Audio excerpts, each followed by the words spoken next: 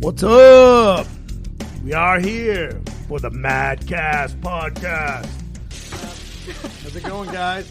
I'm here with our special guest, Kristen Muñoz. Not Kristen Muñoz. No, Kristen Muñoz. That's right. And Kristen is awesome. She's only been on our program for, 8 weeks? Yeah. About. 8 weeks. Yeah, she might get a little New York accent going. New York in the house. Coffee. Coffee. That's a joke. That's a joke. I don't actually say it like that. Every now and then, though, she'll start talking and you'll hear, like, she'll go New York, especially if she's angry about a lift or something, a lift she missed. Yeah. Yeah. So we're going to find out a couple things. We're going to find out where you came from, you know, how you ended up in ATX and how you ended up in the MAD program and, you know, where you're going.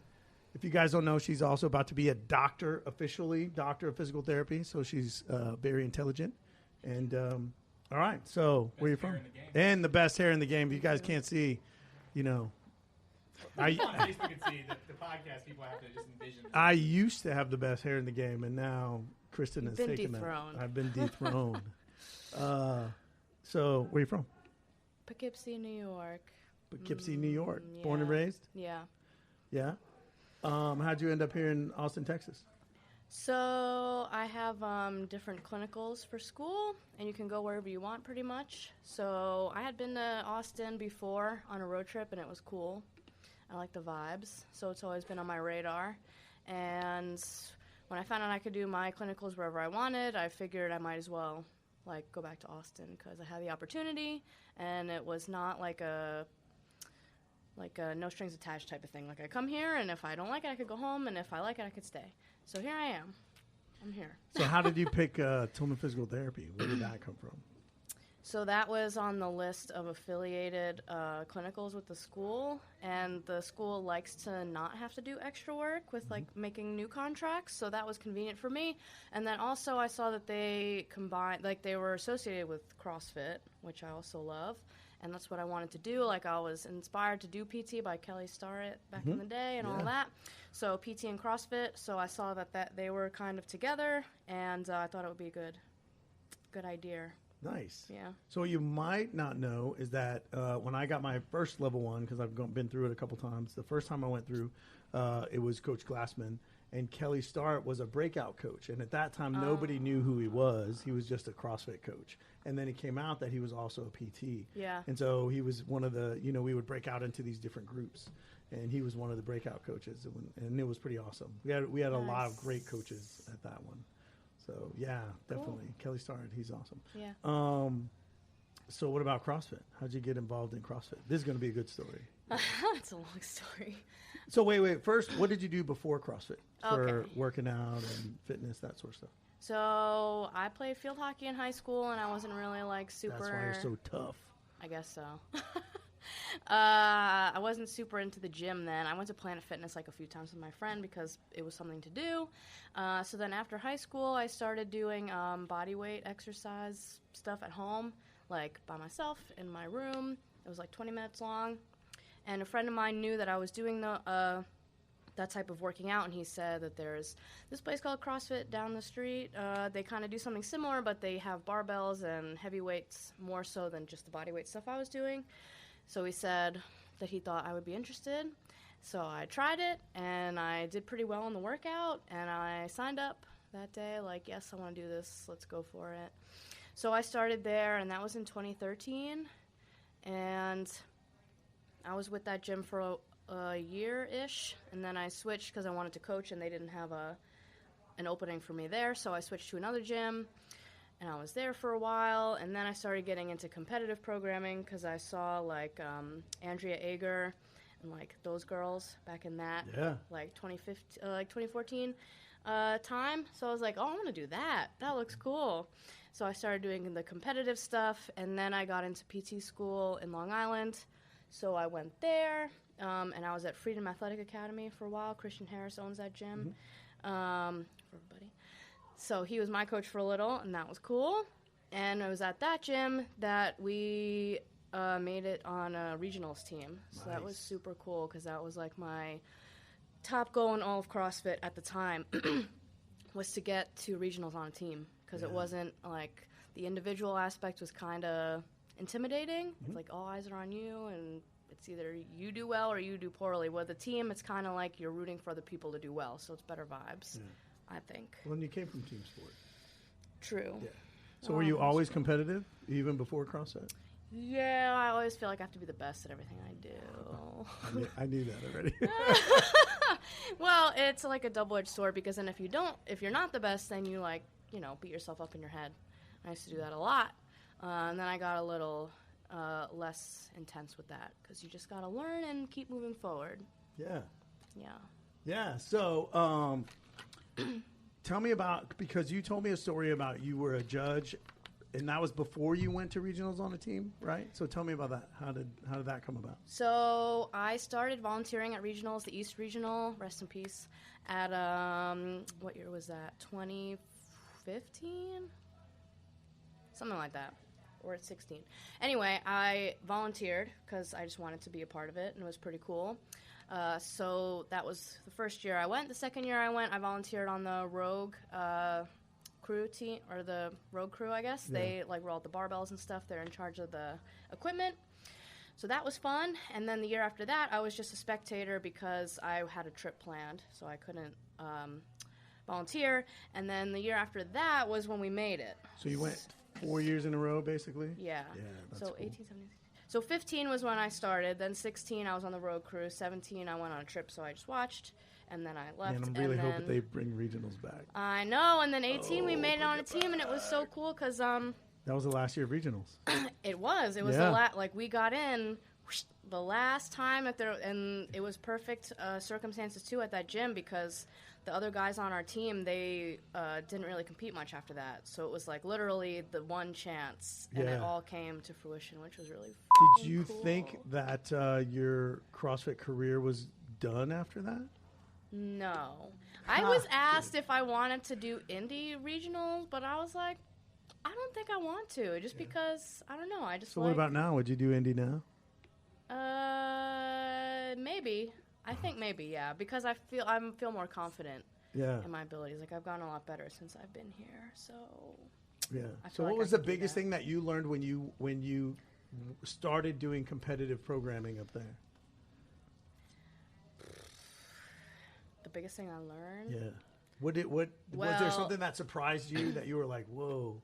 It's just a time commitment. Yeah. Double sessions every day. Yeah. It got to be a lot. And you were in school? Yeah.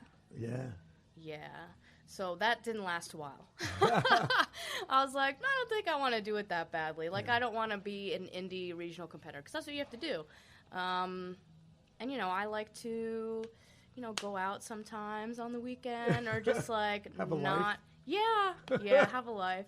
So I feel like team is better for me, because it's not to say that team is easier by any means, but you have more people helping you out at least. Yeah. So when it comes to your physical therapy, your doctor of physical therapy, do you feel as you progress and as you start to treat patients and that sort of stuff, do you feel like you're going to incorporate a good amount of CrossFit into that? Yeah, and I have, which is cool. Namely at this last at Tillman, because I just had a chance to work with more athletes in general, and also they had the equipment there to do it. They had barbells and bumper plates. At a lot of other clinics, they don't have anything. They hardly even have a 35-pound kettlebell. If you're lucky, it would be the heaviest amount of weight that they have. Yeah. So, I've done, I've taught people how to deadlift, how to squat using the CrossFit principles that, I learned in the level 1 and level 2. So that was really cool. So wait, you know how to teach deadlift? Yeah. At Mike Tillman. Don't at me. Well, I just did. Okay, so when you were in school and you were competing in field hockey, what was your workout schedule like? You said you didn't really like going to the gym, but what was your schedule like? For that. So go to school all day, go to practice. I forget how long that was. This was 10 years ago, over 10 years ago. My God. So long ago. It's long for me. Probably 2 hours maybe after school, and then I'd go home and I'd 10 years ago, I was still taking people to CrossFit games 10 years ago. Yeah. Well. And then I'd go home and eat, and then do my homework and go to sleep. Pretty much. That was if that was your Cool. So let me ask you this. At that time in high school's a weird time, right? Yeah. What was your transition in nutrition like? Going from, high school, because in high school, most people don't pay attention to nutrition. Hell no, I didn't know. Right? My dad made dinner and I ate some, and that was it. But at some point in CrossFit, if you're going to compete in CrossFit, you have to start paying attention to nutrition. So what was that journey like, and when did that sort of happen? Well, that was a convoluted journey. It started probably when I was doing the body weight workouts that I mentioned before, because the trainer who did the videos for that on her website, she would also do nutrition stuff like, here's some breakfast ideas or whatever. So I'd be like, oh yeah, whole wheat and vegetables, it's healthy, whatever. So I did that, and then I found out about paleo when I started CrossFit. So then I was like, oh, just kidding, carbs are the devil, can't eat those. And then, actually, this was before I did the paleo thing. I was a vegan for a little bit because I thought that was supposed to be the pinnacle of health, and that was really not good at all, at least not for me. I didn't. So how did your body react to that? Yeah. Well, I was like 115 pounds because I wasn't eating. Now for reference, I'm 140 now. I was 115, so I was like little tiny. Yeah. And I didn't have my period for a whole year because my body was like, we don't have energy for this. Yeah. Yeah, that happens, especially when females' body weight drops a lot. Yeah. That's a common thing. And I was still training because I just thought that was the right thing to do. Because if you look up anything on the internet about nutrition, you'll find someone saying this is the only way to eat ever, and then you'll find people like, that's total bullshit, like this is going to kill you for the same exact thing. Yeah. No matter what. Yeah. So it's really confusing. And I've looked at all those things, like vegan and vegetarian, gluten-free, paleo, keto. It's like really crazy. So I had a buddy who was a trainer, and he always used to say this to his clients at the beginning. He would say, look, everything works. It just doesn't work for everybody. Okay. And so, and so the thing is, like, the way I approach it is I always look at what are your goals. And if your goals, like if you tell me, hey, my goal is to make it to regionals, my goal is to make it to Wadapalooza or whatever, then whatever your food is has to match that goal. Right. Right. If you tell me, hey, I need to be 110-pound UFC fighter, then your nutrition is going to be different than trying to make it to regionals. Yeah. And so we also have to find what works with you genetically, which I feel like you're finding in the conversations that we've had before. Like you're still finding, and it will probably always be that way, because the way you eat now is not going to be the way you eat in 10 years, right? Because you're 27, right? So when you're 37, you're going to eat differently than when you're 27, right? And your goals might be different. At that time, you might be like, hey, I'm going to do a Spartan race or something, so it could be different. That's cool. So do you feel like you have a pretty good handle on your nutrition now? Yeah. I do. I just... you eat carbs now? Yeah, I eat carbs. I ate a lot of carbs. I was just telling you. I ate like 300 grams of carbs a day. So what are your numbers? Tell me your numbers. I know you've told me before, but let's tell them your numbers. All right. Well, it's 320 carb, 100 fat, and 150 protein, give or take. I put all my food in, and I see that I'm pretty much close to that, and then I just go off of that general outline the rest of the week. Like maybe I'll sub in something here or there, so I don't eat literally the same thing every day, because I've also done that, and that's not enjoyable. Yeah. Yeah. The same meal for months straight. What if it was noodles every day? And that'd be fine. Good. That's good to know. I like noodles. So now tell me this. How you competed at Wadapalooza on team this year, right? Yeah. And I was there with a bunch of different individual. And Meg. Yeah, say hi to your team. Shout out. What was your team name? Chicken Bucket. Chicken Bucket. That was my idea, everybody. Name. That is awesome. So tell me about that. Say, you can shout out to your people. I don't know if they heard you. Oh, Meg, Mark, and Ari. Yeah. So what was that experience like? That was your first time at Wadapalooza? Yeah. It was great. Why? It was so great. Well, one of our teammates, we think it was like a mild concussion right before. And we were like, well, he was putting up he was coaching a class at the gym, and I think one of the teens, like, pulled... Of course it was a teen. They pulled down the rower, and, like, it hit him in the head when he was turning, and the rower came out at the same time. It was like a freak thing. Sorry, Mark. So, on the first event, we didn't really do too hot because he was not, like, in his element, because he's usually, like, crazy fire breather. Yeah. He and I are very similar in that way. Like, we go till we die in Metcons, whereas Ari and Meg, not that they don't do that, but they're better at lifting heavy-ass weight. So we were all complementary in that way. So the first day wasn't the best for us, but the second day we kind of rallied, and we placed, like, maybe like 4th place out of 20 RX teams, and one of the in a workout, not the whole thing, but still, awesome. Yeah, we were super proud of that. It was really good, and the next workout we did pretty well too. It was just cool. It was just nice to work together, and we had all qualified for this at separate gyms. All 4 of us were in separate locations. That's the best thing about Wodapalooza, yeah. Right, because I had known Meg from the beginning. Like, we started CrossFit pretty much at the same time. I met Mark at Freedom, and then Mark knew Ari from, I think they met randomly at a competition, too. So it was a random group of people, and we all qualified, and we did really fucking well. So it was so awesome. Cool, yeah, in front of, like, a big crowd and everything. So I was going to ask you, were you nervous about the crowd at all? Did you get starstruck? Because you see, like, you go and warm up, or you see, like, you know, you see all the CrossFit stars are there. Did you get starstruck? No, I don't really get that way in general, just because I feel like everyone's just a human, and it's like... Yeah, as a coach, that's what I want to hear. It's like, okay, you're really good at CrossFit, but you're a person, Mal was too. like, oh, he's so cute. Alex is so cute. I'm like, oh, my God, stop. Let's warm up. Yeah. I mean, I would see someone walk by and be like, oh, that's them. Cool. And then that was it. Like, that's awesome. It's cool that you're here and I'm here, but I got to, like, you know, I got to do my shit. Yeah. And it's cool because that's a huge event. Like, can I curse on this? Well, yeah, go ahead. Cuss? Of course. You already did it like 3 times. I know, but like, I just want to make sure before I go Russell's off on a Russell's going to bleep it all out. Bleep, bleep, bleep. No, so it's cool that the crowds didn't bother you either, because it's a huge event. There are so many people just watching that. So, if anything, it got me hyped up. It was just cool. That's awesome. I don't know. Yeah, that's what we want. So you want to go back? Yeah. Yeah. Good. So that was in February, January, whenever that was. Yeah, February. So then we had lockdown. How was lockdown?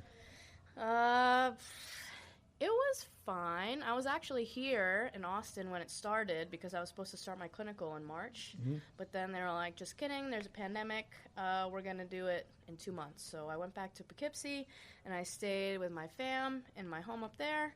And we bought some equipment, luckily, before everything was sold out. So I only had a bar with 105 pounds. I had a pull-up bar, and I had an old dip station from when I was doing those home workouts. Mm-hmm. In the bodyweight one? Yep. So I had a different coach at that time, and I just told him what I had to work with, and he programmed accordingly. So that was cool. So how often, what was your workout schedule like at that time? It was 5 days, 1 day on. Wait, I'm distracted now. Okay. Yeah. 5 days and 2 rest days, basically. So was it like Monday through Friday? Was it like Monday through Friday and then you rested weekends, or was it? I'm trying to remember. I feel like I blocked this out of my memory because... And so you were just lifting with like 105 pounds, and that was it? Yeah. And the bar didn't spin that well, and it was super short, so snatches hurt my shoulders. Oh. But, I mean, I did what I could, and I marked out, like, I was just looking on my map for whatever reason the other day, and I had mapped out, like, 800 meters a mile marker on my Google Maps, because I would always run that. But then my friend Val, hey Val, shout out, I would train with her at her place because she had a lot more equipment, so that was fun. When I kind of, like, figured that I was safe to leave the house. Because at first it was like, oh my God, you can't leave. You have to sanitize every vegetable that you bring home from the grocery store. It was crazy. Like, I mean, no one knew. It was super, super scary, you know? So I was like, well, I'm not leaving. Then I was like, okay, lockdown it's safe. In Texas is a little different than lockdown in New York. Well, I was scared. Of course. Well, I mean, everybody was scared, but I just feel like the lockdown rules were a little different. Oh, yeah. Here, because you got here and everything was pretty open still. The bars were open. Yeah. In New York, Well, it's like you're going to get pulled but... over if you're driving and you're not going to, like, the supermarket. Yeah. They talked about that here. Like, we were worried that someone's going to pull me over if I'm not on my way to work or whatever. But I don't know that happened to anybody. I mean, I don't know that it happened either, but they said. I mean, just getting back from Colorado Springs is more open than Austin is. So it's kind of weird. Yeah. You still have to wear your mask and stuff like that, but it's just okay. So cut to you come down in May, right? Yeah. For your clinicals here, and you reached out, and I remember getting a message from you, and you were like, "Hey, I want to come down, and I have a program that I'm following. Can I follow my program?" Did I say that? Yeah, you did. Yeah, you did. You said, "Can I follow my program All right, and come work out there?" Dark Horse Method was good to me. I mean, it was good. Gary was good to me. Yeah, that's awesome. I respect that. I think it's good. Yeah. And I said no in a really nice way and said... You didn't say... You definitely didn't say no. I didn't say, no, you can't do it. I said, we have a great program. That's what I do. And we have a lot of great athletes that have hit, amazing things. And it would be cool if you could jump in and do this. And you came back right away. You were like, yes, I would love to that. And you said this, I remember this. You were like, I would love to work out with people again. Like, that's what you said. Yeah. Yeah, because I feel like at the time you had just been working out by yourself a lot. Yeah. And even before quarantine, I was working out alone, like doing my own programming, which is good if you want to be competitive. Like, you can't just do the class. Right. That's right. But, I mean... It helps a lot when you have a whole bunch of other people doing it, especially when the workouts are so long. Yeah. Like, there's a lot of programming to do here, but it's effective. So then you came in. Do you remember what the first thing we did was the first day you came in? I don't remember. Well, I was at the clinic, and you texted me, and you were like, can you do your squats while you're still at the clinic? Yeah. And I was already eating lunch, so I'm like, damn, all right, let me just eat this real quick, and I'll squat. When I think I did that because I knew you weren't going to come till like 7. Yeah. It was a Monday, right? So Yeah. you said you couldn't get off until 6:15. Yeah. So you were going to get here till late, and I was trying to save you some time. Thanks. Well, then I just continued doing that the whole rest of the 8 weeks. Yeah. I would do a lift on lunch and then come over after and just pick up where everyone was doing it. So then let me ask you this, because you've been on a lot of programs. Tell me what you think the difference is coming into this, if there's a difference. Because I think there's a difference, and you did PR in 2 weeks, which is pretty badass. Yeah, thanks. So. I like the consistency of it. Like, there's a certain lift that is done on a certain day, and it's progressed weekly. Yeah. I like that. Because before, it was kind of like, okay, we're going to do this now, and then there was just no rhyme or reason for my mind, and I feel like I'm very, like, scheduled like that. I enjoy knowing that Monday is this day, whatever, and it's going to be progressed in a linear fashion to, like, PR. Well, and to get stronger every week. I feel like you got lucky because you happened to start at exactly the time we started this Super Strong program. Yeah. And that's our long strength cycle throughout the year. And it's a lot of volume. It's like a ton of work. And, there's times, Wednesday, I think we were here till 10 something. Yeah. 4 hours. Yeah, well, that's a long time. You're like a professional athlete. 4 hours. I can't even do it. Hours. There you go. Hours. There you go. All right. And so, that's a lot of work. I think I told you need to bring a snack or something. I was like, you're going to need to eat a little differently. Yeah. I was eating straight up sweet potato during the workout. Yeah. Well, the lifts, not the workout, but. With the lifts. So then tell me about that. You come in 2 weeks, you PR. What did I PR? You PR'd your snatch. Oh, yeah. Well, I mean, I think that was an EMOM too, wasn't it? Yep. Yeah. On a weekend. I had, the Olympic lifts, man, they were my nemesis for a long time because I didn't have the best form, I guess, put it that way. And I only had, like, intermittent coaching on that. And then when I was doing my own programming in, like, the corner of the gym, there's no one there to tell you, like, hey, you just did this on this lift, try in the next one to do this.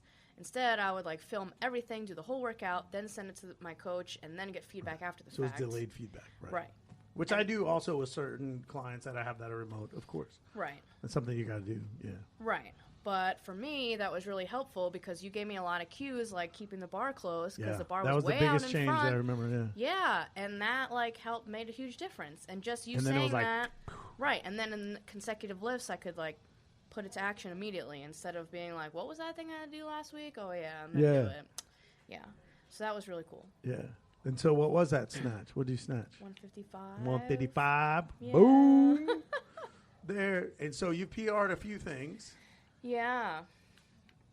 Yeah. You PR'd a couple things, and we're almost done. I think we're finishing week 11. Maybe. Week 10. I might extend it a week. Oh, yeah? Yeah. And but tell me this.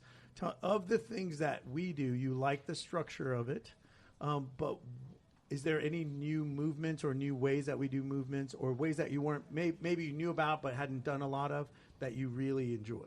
Tempo for sure. Tempo, yeah. Tempo and pause. Yeah. Things. Like pausing mid-lift. Not to say that I wasn't doing those things before, but they definitely were not as long, first of all. Yeah. The tempo, like 7 seconds, that's a while. Or the consistency with them. And, yeah. Yeah. The tempo. So, yeah, because that's kind of, a lot of people do tempo, but the way that we program it here, nobody does it like that. So, yeah. Can't say I've done that different. before. Yeah. You feel every inch of the lift, which is so important, especially for squats, because people I used to do this, bottom out at the bottom, and then get all like, bleh, and then try and recover on the way up. Yeah. It's not happening. Yeah. So it's good to be, own each part of the movement, Yeah. basically. So I'm going to ask you something about what just happened before you came over to do the podcast. Yes. Because we were doing a clean EMOM, right? And the last two lifts, right? Missed. You missed because you caught them though, which was great, but we just couldn't drive out of the squat, right? Mm-hmm. And I want to ask you what happened with that. What, in your opinion, what do you think happened? Well, I just feel like I got pinned down there, and maybe I could have stood it up, maybe, but my lower back was pretty torched from the deadlift, all the pulling that we did on Wednesday, so I just didn't. I just didn't do it. Yeah. So I got under it okay, but standing it up, it really would not have been a good idea, I think. Right. It's okay. So, no, that was good. So you caught it well. You pulled it well. I feel like you were a tiny bit forward. Yes, and because of the too. fatigue, from it. Wednesday, because Wednesday was till 10, was a smasher, right? Yeah. And we talked about this. I know you're not fully recovered from that. Yeah. And so how much weight was that you missed? 180, 185? Yeah. 180? What's your max clean, your PR? Max full clean is 200. Yeah. Yeah. So it's a good percentage, yeah. And that was in an EMOM. That was good stuff. Yeah. Yeah. So what do you think you need to work on the most right now as an athlete? Muscle ups, yay! Muscle ups. And also not getting frustrated, because that just throws off your whole your whole vibe, I guess. Yeah. Just as a negative, and then it's hard to think clearly or learn from your immediate mistakes, which is super important. I actually just listened to, I guess it wasn't a podcast, it was a webinar from the Level Up Initiative earlier about failure, and that really resonated. And that's why I'm saying this, pretty much what the speaker mentioned. What is the failure trying to tell you? Just think of it immediately. What am I learning from this? Right. Something bad just happened. Okay, what do I learn from it? Love that. Okay, and then you apply it. You're just oh, that didn't work. All right, figure out what you can take from it and move on and apply it. Yeah. Don't get so caught up in I fail, blah blah blah. There's no such thing as self-talk. failure. It's only Lessons. learning. Yeah. Yeah. So, your most recent failure we just talked about. It was the last two lifts. Yeah. But yeah, But so I'll say this about your muscle ups is that I've already seen you improve in muscle ups. Now, when you first came in the first night we did them, I think you. Well, that was my first day here. Yeah, that was your first day. He was like, That's what we did. How you doing? I know you hadn't done muscle ups in 2 months, but we're going to do a bunch. Yeah. Let's go. Yeah. And I think you were doing 2s, I think, if I remember correctly. I think you did a first set of 3 maybe, and then after that it was like 2s. Probably 2. And now I feel like you're pretty consistent with 2s anytime, and a lot of times it's 3s. Yeah. Yeah. And your bar muscle ups real good lately. Bar muscle ups felt great the other day. Yeah. The other day. Yeah. The rings, I mean, I need to, like I said before, not get so flustered. Just do a rep or do 3, and then, okay, what happened? Okay. So let me ask you this. When you see ring muscle-ups in the program, what do you feel like? My gut reaction is like, ugh. Yeah. So do you tense up right away? Yeah, I guess. Yeah. It's never, woo, muscle-ups. Yeah. It's never that. So I think that over time, that'll get better and you'll get more confident in that. But I think it's a big deal that when you see it, it doesn't have that, where you get a pit in your stomach kind of a thing. You want to be a little nervous, but you don't want it to be like, oh, crap, we got the muscle ups, right? Yeah. Because you know they're going to be in every event that you go to because you're going to go back to Wadapalooza, right? Right? Yeah. Yeah. So I'm going to ask you this. Tell me about the crew that you work out with here. They're the best. Yeah. You made some friends, yeah? Yeah. Yeah, I mean, I didn't know anybody when I came here, so these are like my automatic friends, which often happens at CrossFit. Yeah. Which is why I go, like, I'm somewhere new, CrossFit, where am I going? Yeah. Where are my friends going to be? But I feel like I got pretty close to Lindsay pretty quickly. Like, we just laugh at the same things. We have the same mindset about CrossFit. Like, it's not our entire lives. But at the same time, we want to do well. Yeah, and we're not happy if we don't do well. It's not like, no big deal. It's like, it's frustrating still, but it's not our entire identity, which is nice. Yeah. Well, and I think you and Lindsay have a lot of similarities in the fact that y'all are similar in age. Yes. And you do look at things a certain way. And a lot of your lifts are pretty close and those sorts of things. Yeah, so you guys can kind of compete with each other a little bit. And so I feel like that helped in the bonding right away, was that y'all were close at some things. And so that's pretty cool, I think. Me too. As a coach, I thought. But everybody else, I feel like you fit in right away. Yeah. And you know you belong here, which kind of leads me to the next thing. The questions that you don't want me to ask. The questions you don't want, maybe because you're not sure about the answer, but what does your future hold in CrossFit, with mad athletes in general? I do hate this question. I knew this was going to be the one, you know. Oh, boy. So first, let's ask this. Tell me about school, because right now you're kind of in limbo. Yes. Yeah, which is why I'm like, I don't really know what to do. So official graduation date is today. Yeah. My degree posted today. I'm a doctor, Mom. You're a doctor. Congratulations, Thanks. Doc. Thanks. I just got to get certified. So that's the next thing. And that's at the end of October. And I have a little graduation ceremony on Zoom next Friday because #pandemic. Yeah. We can't get together, which is a little bit of a letdown, like 3 years, doctor, physical $1 therapy, lots of student loans. Oh, you just get a Zoom ceremony. Yeah. Dang. Well, it is what it is. But you're a doctor. That's pretty awesome. So, I have to take my boards at the end of October. Until then, I'm just going to train and study because studying is like a full-time job pretty much, as my clinical instructors have told me. Like, just, spend a bunch of time studying, and if you can, try not to work or only work part-time or something. A, just to stay sane if that's what you need, and B, to free up time that you have to study. Are you nervous about that? No. Yeah. I'm good at taking tests in general, and once, I'm going to put a lot of effort into studying because I will pass. I'm not going to take it twice. Yeah. It'll be fine. Okay. It'll be good. I just have to start studying. But I'm giving myself 2 whole months. So next week. This is the big question. Okay, what's the big question? You know I'm going to ask. where are you going to be? I don't know.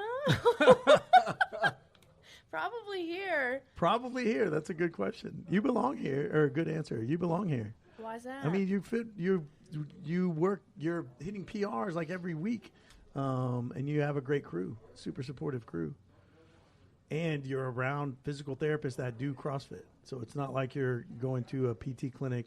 Not to knock the PTs that don't do CrossFit, but this is your for thing, me personally, right? Yeah. For you, like you're a CrossFitter, right? And I mean, there's obviously some PTs that don't like CrossFit or think it might be dangerous or whatever. I always feel like though, like most of the people who not CrossFit are not 100% educated on what CrossFit is or how to use it, and so.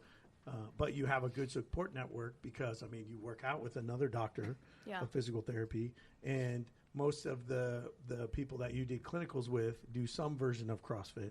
You know, some of them are like 1 day a week, 2 days a week, you know. Better than nothing. But it's not like CrossFit is terrible. Right. You know, that sort of stuff. Yeah. So I feel like you have a good support network here. Yeah. But yeah, that's a big, scary question. Yeah, I mean, I think I want to do travel PT though at some point because you make a lot more money that way. First of all, because you know that student loan thing that we talked about before, and it would be cool because similar to my clinicals, there's not really any strings attached. You go for 12 weeks, give or take, to a location. You fulfill your contract, and then that's it. And you can go somewhere else if you want. And that is relieving to me because I don't like feeling like I'm stuck anywhere. I feel like I always want to, not that I have one foot out the door or anything, but just have the freedom that I'm not, you know, relegated somewhere forever. Yeah. Because you're young. You just finished school. You're young. It's time you should see the world. I agree with that. Right. But I had to figure out how to balance that in training. You have to figure out how to be a mad athlete on the go. Right. But we'll get there. I got to pass my boards first. Good. Then don't worry about that. You're here now. We're past the boards. Pass the boards, then that. So let's transition that into CrossFit goals. So what are we going to do? What do you want to accomplish in the next year, 2 years via CrossFit? Because I've seen you improve just in the time you're here. Right. And I think you can definitely do some great things in CrossFit. Well, that's nice. Thanks. Well, I want to do more sanctionals. I mean, it's weird because everything is like canceled. Yeah. So it's like, what is there to do? But I want to do some more sanctionals. I think that would be cool. Maybe like travel to a sanctional because I was actually living in Miami at the time of Wadapalooza. So it didn't seem like it was as big of a thing, I guess, because it wasn't like I was taking a plane there. I don't know. Because I was in my hometown, I guess, so to speak. But traveling, that would be cool to do a sanctional. Do you want to do Wadapalooza again? Yeah. Yeah. It was cool. I feel like most of the sanctionals will be back up in the spring. Wadapalooza has plans to I guess they want to qualify in January, and then the event will be in May. And I feel like a lot of those next summer will be packed, I think, with sanctionals. That could change, but that's kind of what I think. Plus, I think like the Open, it looks like it's not official, but it'll probably be in March. Okay. Yeah. So for the Open, they changed the like ranking system, but the last Open, I think I was like 400 something in the world. So like moving that up a little bit because I've like gone up pretty much ever since I started doing the Open. I've like, inched my way up and up. So top 200 this year? Yeah. Yeah, for sure. You can do it. I think you could do it now. Yeah, I really think you could do it now. Like if they had the Open today, you'd be there. We still need to work on muscle ups, ring muscle ups. You know what else has improved? Also, your handstand push-ups. Because the first day when you came in and did handstand push-ups, was that the first day? First week. It was the first week, I think. But yeah, you had some struggles with that, but it was good. It's much improved. All right, Russell's going to talk. Well, I just have a question because I heard you handstand push-ups is a struggle. Is it a struggle because of all the hair, or is it just a struggle because I just need it's a legitimate question. Well, sometimes I put my hair up on top of my head, so it's like helping me out a little bit. A half-inch advantage. No, I'm just kidding. Just kidding. So when you're wadding at Wadapalooza, did you like let your hair out? Meg does this thing. Meg will have her hair tied up, and somehow, randomly, it comes out in the middle. She's doing muscle-ups, and her red hair, like, flips everywhere. Yeah. Hell no. You I hate that shit. shit. No, I agree. When I work hate out, that man, shit. and my hair starts getting in my face, I'm No like, this way. sucks. It came out, I was doing an open WOD, the one with all the double unders in 2018. That year that we went to regionals, but it was like 100 dubs and then this, 100 dubs and that. And my hair came out because it was jumping up and down so much. Yeah. And that was annoying. I don't see how your hair would come out. I would think that a hair tie. The hair tie was super loose. Your hair is so thick. It was loose. It was like the only time that ever happened. So, sanctionals, right? Yeah. Top 200 in the open. What else we got? I do have a question I want to ask that I kind of ask everybody. So you said you went in, you did your first CrossFit workout. Do you remember what your first CrossFit workout was? It had double unders in it. That's all I remember. Could you double under? I think I did singles, actually. Yeah. Because double unders took me a long time to get. I was practicing in my backyard for a while after I joined CrossFit. So I could double under before CrossFit because I boxed, but they were terrible. I would it was like a 20-inch box jump double under, and I could do maybe 10. And, by then you're dead. Yeah. Because you're jumping so high. But in boxing, they didn't do a lot of double unders. It was a lot of singles. So that's pretty good. You just remember it had doubles? So, I mean, my first CrossFit WOD was a huge emotional trauma, right? Okay. It was Fran. And the first one. Well, that's what I picked. I just looked on the website. Well, what and year I was like, this? It was a long time. I think you were probably in high school. I don't know. Give me a year. 2007. 2007. Yeah, it was 2007. Freshman in high school. You were a freshman in high school. There you go. So that's a long freaking time. So yeah, and I just watched videos and I did it on my own. And I didn't have a good size pull-up bar. It was like the crappy ones that they have in Gold's Gym, but that's what we had. Like, and that's it was how at the all clinic. OG started. It's a cool story. Like Yeah. CrossFit.com, and you did it at a Globo Gym, and you're like, all right. Yeah, and then all of a sudden, when I first tried to learn how to do kipping pull-ups, I totally pulled a bicep. I didn't know what the hell I was doing because kipping was cheating. Like, you couldn't do that. Mm-hmm. And so I didn't know how to kip, so I did strict pull-ups. And 95-pound thrusters I thought were light, but I had never done 45 of them. Mm-hmm. And so, and of course, like every genius first-time CrossFitter, I'm like, I'm doing 21 unbroken. That's light. And I did 21 unbroken. And then the pull-ups sucked because it was 21 strict pull-ups. And then I get to the 15s, and I started to die. And the workout took me almost 17 minutes to finish because I really think the 9s took probably 10 minutes because I was dying. And so I was doing singles on the thrusters, and then when I finished. Clusters, huh? Yeah. Yeah, it was like clusters. It was a squat clean thruster is what it was. And of course, I didn't know that was terribly inefficient. All I knew was, you had to do it. My heart was going to explode, and I have never felt anything like that. So, and then afterwards, I would lay it on the ground, and I would get up and take 3 steps and have to lay back down again. And I was by myself in the clinic where you spent so much time. That's where I did it. And it was miserable, and it was definitely a significant emotional event in my life. And so I think it's funny now that most of the CrossFitters, when they come in, they do like a Saturday workout or something, and it's not a significant emotional event. It's like, hey, we had fun. We did all these. I was sore, and I had a good time. But for me, it was like a near-death experience. Yeah. And so the old-school CrossFitters are very much like that. Yeah. If you talk to them. So. For a lot of their What's podcasts. the first significant workout that you recall? Like the one that just kicked your ass? Oh man, I'm not sure. You don't know? We did a lot. What about the hardest workout you ever did? Ever, yeah. That you would never want to see again. You haven't done the 8s. You haven't done those yet. And we got to do those. Anything with heavy squat cleans in the WOD is something I never want to do again. Because every time you catch it at the bottom, you're like, oh my God, I don't know if I could stand up. And then you stand up and you're like, damn, I have to do that again? So last Wednesday, we were supposed to do the Mad Complex. And I was gone in Colorado, and so I changed it. And I changed it for 2 reasons. But the main reason was because I wanted to be there to watch it. But the other reason was I feel like this cycle has been very Traumatic. Traumatic is a good word. I feel. Do you feel like it's been traumatic? Traumatic, but paying great dividends.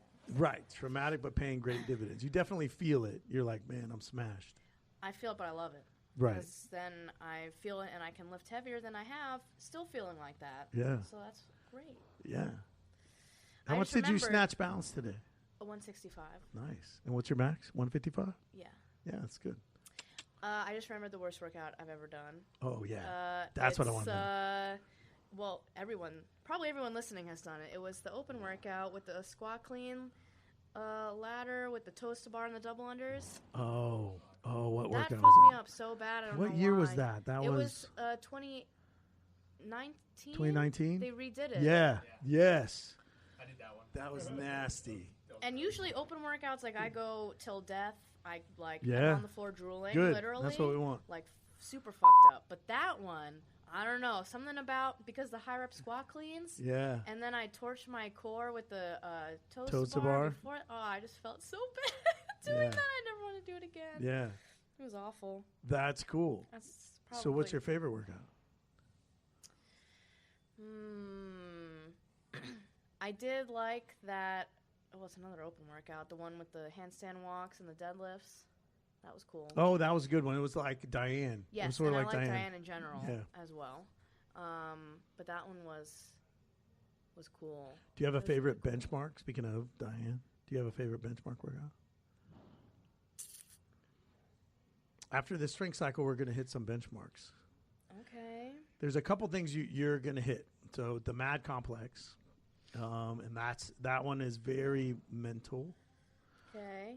And it's going to be some things that I don't know if you should keep talking.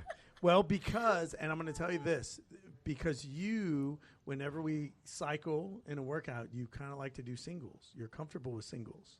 You're not always comfortable with touch and goes. Not as much. Not as much, right.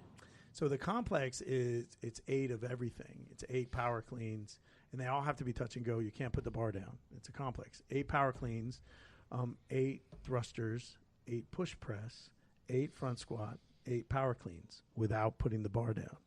And we scored the amount of weight that you can do. And so because it's so many reps, it's not a good idea to have to repeat it. Like you want to do it one time and that's it.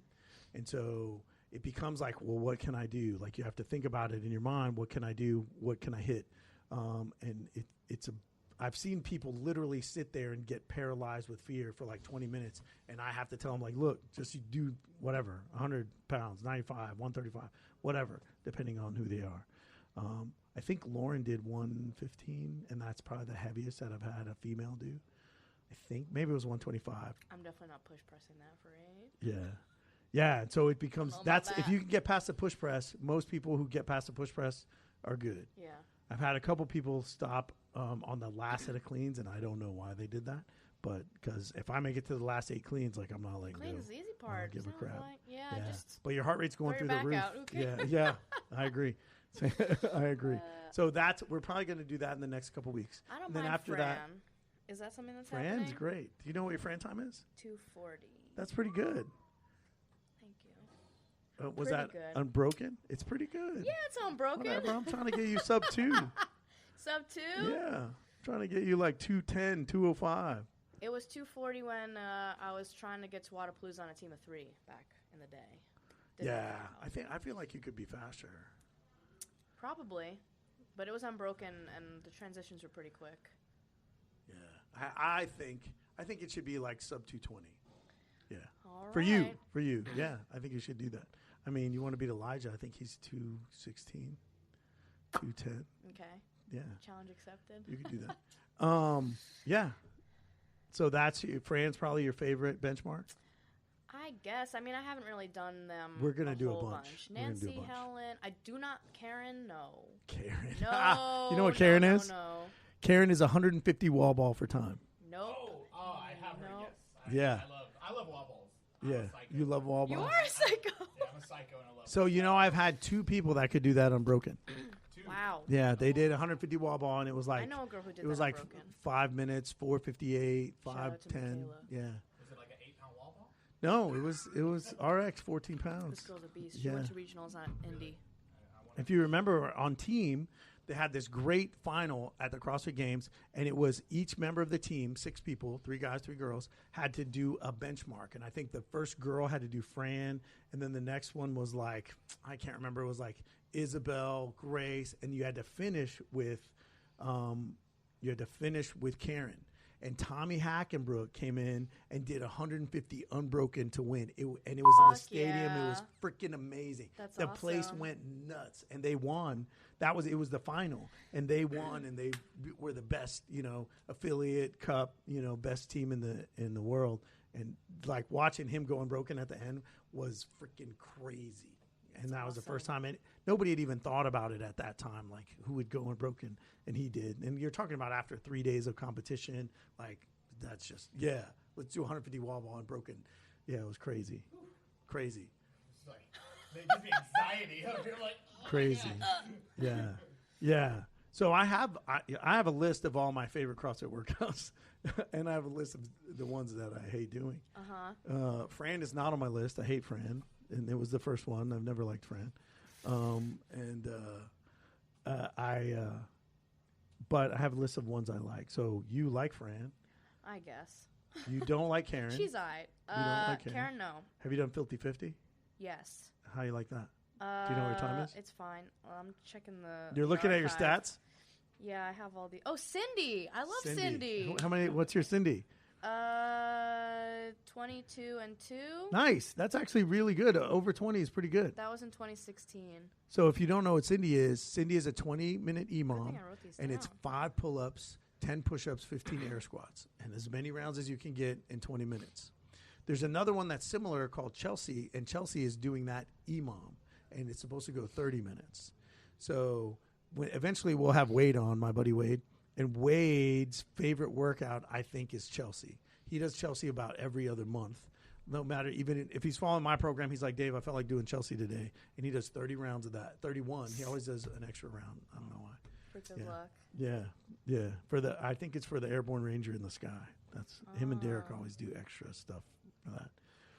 Oh, Jackie's cool, too. What's your Jackie time? I don't know if this is updated. Is 7:39 a good score? It's pretty good, yeah. Okay, I'm not sure if that's... Is it CrossFit Games good? No, but it's pretty good. Well, this was a while ago. So we need to do Jackie. I haven't done girls in a while. Yeah. So let me ask you this. Okay, I have a question about... we're going to test in a couple weeks, strength numbers. What do you want to get in your back squat, deadlift, strict press? And this is the first time we've included bench press throughout the whole cycle. So what would you like to hit? Back squat. Because you just PR, didn't you? Yes. Yeah. That was 250. Because my back squat has been for a long time. You said you hadn't PR'd in a couple years, yeah, right? 2 years. Yeah. And it was only 5 pounds. Whatever. It's a PR. World records were set by 5 pounds, you know. True. Yeah. But for 2 years, it's like, all right. Yeah, that's a long time. 265? Yeah, that's good. What's the other ones? You said deadlift? Deadlift, yeah. You can deadlift up pretty good. Right now it's what, 315? 310.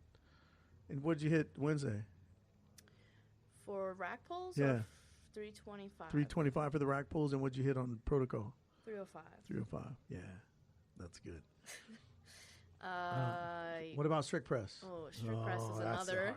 That's my favorite lift. I love strict press. I hate strict press. So strict press is hard because... Mine is 102.5. Well, you're over 100, and that's pretty good. Strict press is hard because if you get a 1 pound PR, it's a big deal. It's not like deadlift. Yeah. When people deadlift PR, sometimes it's 20 pounds or 10 pounds. Strict press, you can sit there because it's just the muscles are not as big. I love strict press. Yeah, you and Brian, Brian's so strong. He loves that strict press. Yeah. What's your strict press? Oh gosh, I have it written down in my book. I don't. Yeah. I can't remember. No worries. Maybe 110. Actually, I think I've hit 10. Did I hit 105? Did you hit 105? I don't remember. I think I hit 100 for 2. Okay. So you can hit 105. So 110's a good. That's 110. Good. What about the bench press? It's such a weird thing to ask for a CrossFitter. What's your bench press? 165. How about that? Yeah, it's good. Do you know what it is now? 155. I hit 160, but it was questionable, and that was one time. Nice. So maybe 165, 170. Today you snatch balance 165, yeah? Yes. Think you can snatch that? Yeah. Yeah, I think so. Yeah. Yeah, that would be awesome. At 140 pounds, snatching 165, not bad. And your clean and jerk is 200? Yeah. What's your clean, just by itself? Same. 200? Mm-hmm. Jerk is 205. So if I could do 205, that'd be cool. Yeah. 210 maybe. What's your max unbroken chest to bar pull-ups? Oh, I don't know. Beats me. So after we finish strength cycle, then we're going to learn some of that stuff. Okay. If you're here and not traveling. But even if you're traveling, you're going to learn that as well. Okay. But it'll be good. Gives me less anxiety. Did you see her tense up when I said that? If you're here, she was like, she does that. It becomes obvious. She goes, here you go, Russ. Yeah. So as we wind it down, I mean, you know, the future is bright for you. You're a doctor as of today. So there it is. Boom, boom. You want to be a traveling PT. You know, that's at least ambition, which, you know, possibly a goal. Right. And you just want to get stronger. And I heard you want to be top 200 in the world in the CrossFit Games. So I think that's awesome. I think as we're winding it down, I do think that you're going to get there. I've only been at this gym for, you know, a cup of coffee. But as I've been here, I've seen what you're doing. You and your fellow athletes out there. So I think all these goals are completely attainable for you. Nothing is impossible when it comes to what you and your team out there, I call them your team, but your buddies are doing. And I hope to one day get back to that level. I'm getting back in the swing of things. Mm-hmm. But now it's time for a few 5 rapid fire questions. So I'm ready to fire at will. So this is just boom, right off the cusp. Usually we have some stuff written down, but I'm just going to go off the hip. All right. Because I do know you're a New Yorker. So, yeah, New York. All right. What'd you like better, New York or Miami? New York. Why? Miami was very, like, image based. Like, people were kind of fake-ish. It just seemed like, this is my car, this is my house.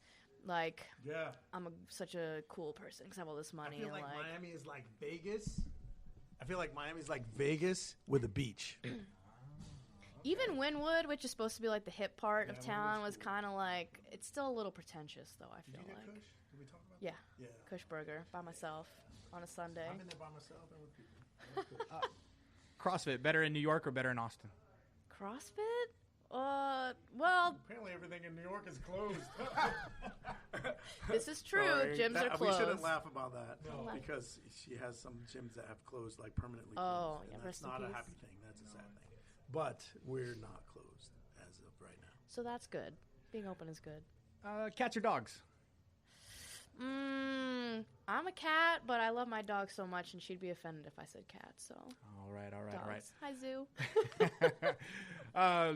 Better pizza, Texas or New York? Well, I haven't had pizza here, but New York. What kind of question is that? New York. And last question. All right. Everybody's dying to know, because we are going to post an image of this to go along with the podcast. How often do you wash your hair? That's a good question. Twice a week. That's a great question. Condition once. Shampoo twice. So I wash my hair twice a week, but I don't use conditioner. Well. You can tell. Is that what you're going to say? Well, you can tell. Then how is it so luscious? Because mine you need. Yeah. Well, you have thick. Your hair is like. I feel like you can hide shit in there. People used to throw shit in my hair at lunch, oh, wait, and I wouldn't even know. She's like, oh, my, let me get my wallet. It's like Captain Caveman's pocket. All right, well, I know I was going to say 5 rapid-fire questions, but now we got on the topic of hair. What's your favorite hairstyle to do when in the gym? I mean, is it just like throwing in a messy bun? I mean, for you, I mean, you do have... Bun on top. Bun on top? That's typically what you do every time? Yeah, every time. That's it. Because, I mean, you have this really thick, curly, natural curls coming out. I mean, like your hair is like I want to call it. It's like an accessory. I guess you could say an accessory. It is. I mean, it is. It's like an appendage. Yeah. It is like the. I'm sorry, Dave. You have luscious hair too, but I don't have that. Yeah, by far the best hair out of your mad athletes. Yeah. Best hair in the game. Best hair in the game. I appreciate that. I'll let you close it out, Dave. So I do have a couple questions actually. Yes. What's your favorite cheat meal? Cheat meal? I guess I don't even know if it's really cheating. Just anything with noodles. I can't lie. I try to have maybe I'll have a burger or maybe I'll have this, but I like noodles, man. I just can't. Hey, she did have a Whataburger though. I had 2 Whataburgers. She had 2 Whataburgers in the same night. I did a first bite exclusive. Yeah. Or just recording myself, saying what I'm eating, taking a bite out of it, and then giving my opinion about it the first time I've had it before. So what was your favorite burger in New York? Where was it from?